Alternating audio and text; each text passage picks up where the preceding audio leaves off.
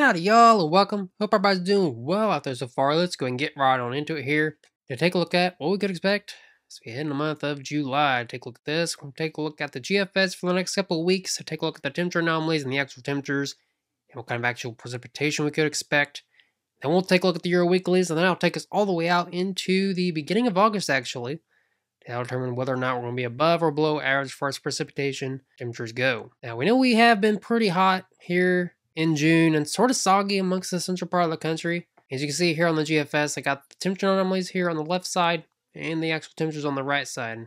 As I push this forward, we can see we're going to be sort of hot for the next couple days. As we head into Fridays, we head into the weekend, we're going to sort of come into a little bit of a cool off amongst the north central part of the country. You can see we're going to be well below average.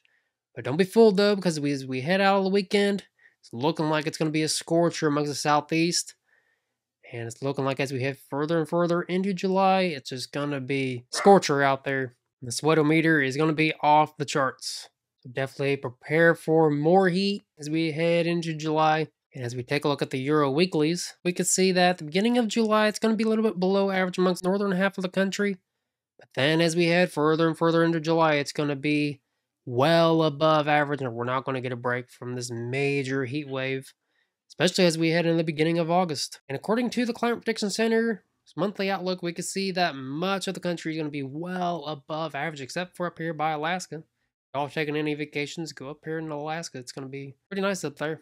So now that we know that the sweatometer is going to be off the charts, let's go and take a look actually at the drought conditions before we take a look at the actual precipitation we could be dealing with. As we can see, the southwestern part of the country is going to be pretty darn dry. Y'all are in a major drought down there. Much of the western half of the country is in some sort of drought, as well as over here in the Ohio Valley and much of the eastern half as well. Y'all are pretty dry. We're going to take a look at the Euro to take a look at what kind of precipitation we could be dealing with for the next couple of weeks. I'll also be giving y'all a sneak peek at the Independence Day forecast as well. As we push it forward, we can see we're going to be dealing with even more heavy precipitation amongst the north central part of the country, and it's going to be pretty soggy for the next couple of weeks. As we head into July 4th, we can see that it's going to be pretty darn soggy amongst the central and some of the eastern part of the country, so it looks like some barbecue plans could get ruined, unfortunately, and it looks like some firework plans are going to get ruined as well. Could be delayed by a day, but this is subject to change, and we'll have an Independence Day forecast video out next week, so make sure you subscribe so you don't miss that, because here at Wins Weather, we try to make weather forecasting fun and informative. And amongst the southwestern part of the country, it's looking like y'all are just going to remain dry for the next couple weeks, so that's not going to help drought conditions out any.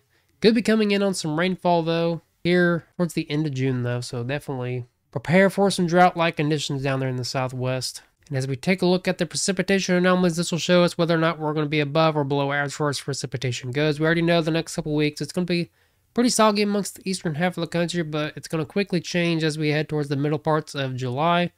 As it's looking like much of the country is going to be pretty darn dry, except for down here from Florida on over in Texas, where y'all could be coming in on some tropical storms, which we'll get into that here in a little bit.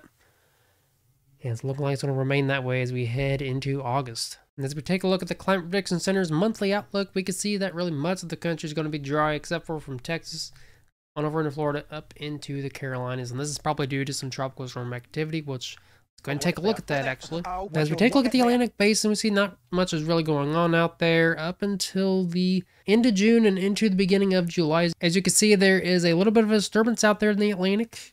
Now, where it goes is to be determined, but according to the Euro, it's going to be making a western track into Central America. Now, it could possibly head north into Florida or into Texas, so definitely make sure you subscribe so you never miss an upload, because I will be keeping an eye on this. And according to the National Hurricane Center, they are giving us a 40% chance of tropical storm development out there in the main development regions. Definitely something to watch, so make sure you subscribe so you don't miss an upload. And also go follow my X and Facebook pages, as I will be keeping track of this on there as well. So again, be aware of this if you live amongst the coastal states, as it could be heading y'all's way, and this could cause some major impacts moving forward. And this is probably the reason why the Climate Prediction Center issued above average precipitation outlook from Texas up in the Carolinas. So to sum this video up, basically it's just going to be hot and dry for the month of July, which is pretty typical. Sweaty meter is going to be off the charts. So I hope y'all enjoyed today's weather forecast. If you did, please make sure you hit that like and share button so more folks are informed about the weather. And if you like the video, make sure you hit that subscribe button if you haven't done so already, with both notifications turned on.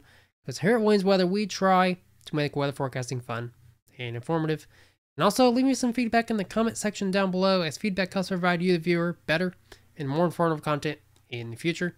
So again, like, comment, subscribe, and until next time, I appreciate everybody for watching. Never stop forecasting.